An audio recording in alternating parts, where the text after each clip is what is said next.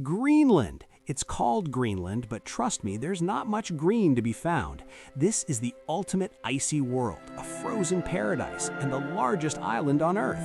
Can you believe it covers over 2 million square kilometers? That's roughly the size of Saudi Arabia, or 3 times the size of Texas. Greenland's population is a mere 57,000 people, mostly concentrated right here in the capital, Nuuk. 88% of its residents are incredible Inuit people, descendants of those who journeyed from Alaska and Siberia centuries ago, while the rest are Danish and other Europeans. Greenland is self-governing with its own parliament, but still part of the Kingdom of Denmark.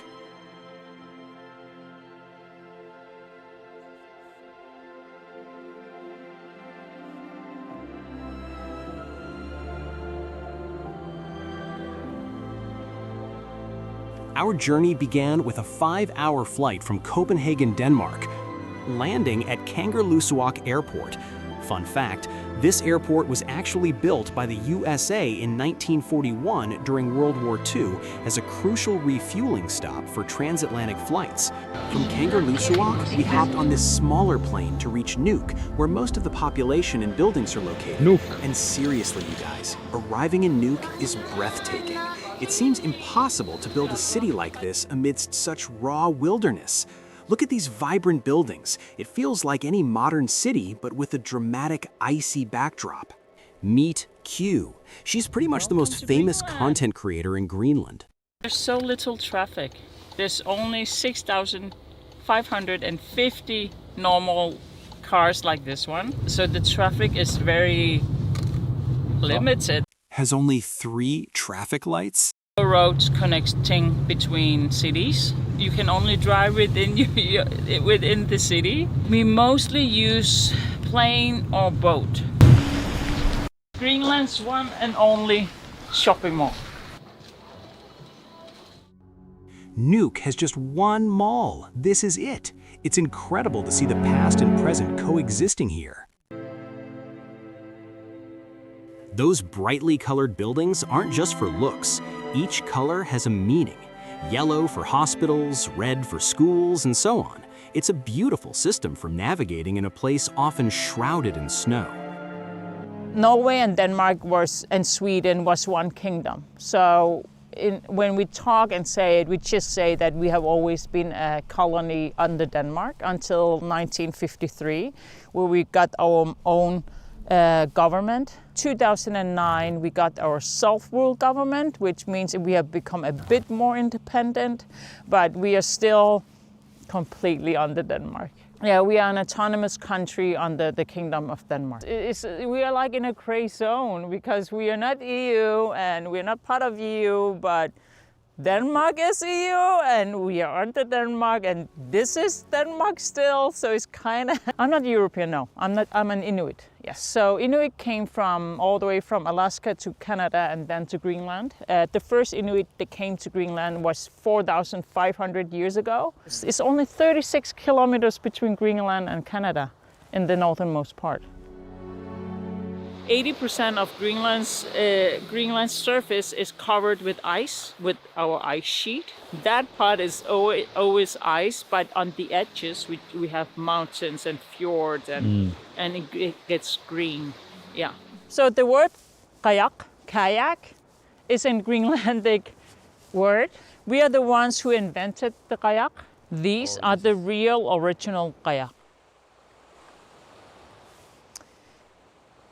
So these are our national costumes. This room is how we used to live in the old days. Our beds with reindeer skin. Many Greenlanders, not me, still admire the foreigners who came here, who Christianized everyone. It's still... It's a brainwashing. How do you explain this? This is like brainwashing, kinda.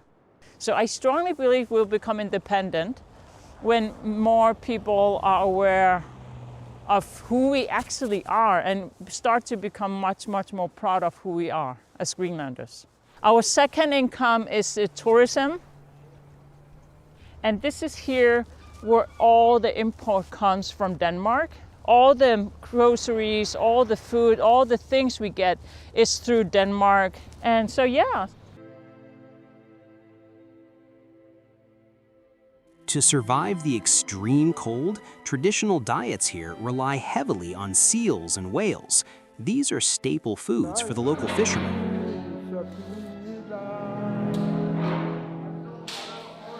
Yeah, you bring back around 400, 500 kilos of fish.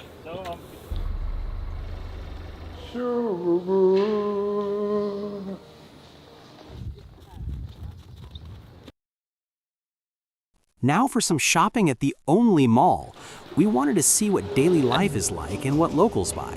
About 90% of the products in this supermarket are imported from Denmark, but all the seafood is local and incredibly The local fresh. reindeer meat. We also have reindeer sausages. Do you know what a muskox is? Muskox meat, yeah.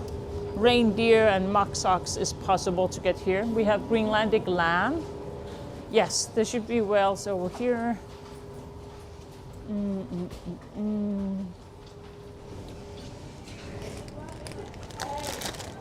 So we have whale skin, seal blubber. So in Greenland we always have like a part with only Greenlandic food. So this is the whale skin. Everybody eats it. Yeah. Yeah. You're gonna get to taste all of that. That's the halibut. So they cut them in pieces and dry them.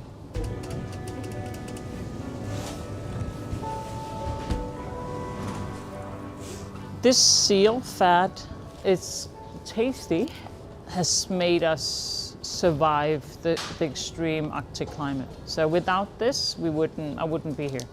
What my ancestors have been eating. That's the whale. We're going to my home, right next to the mountain. So nice and quiet and safe, and yeah, and our children can just play here outside. No traffic to be worried about. And our drinking water is right up there.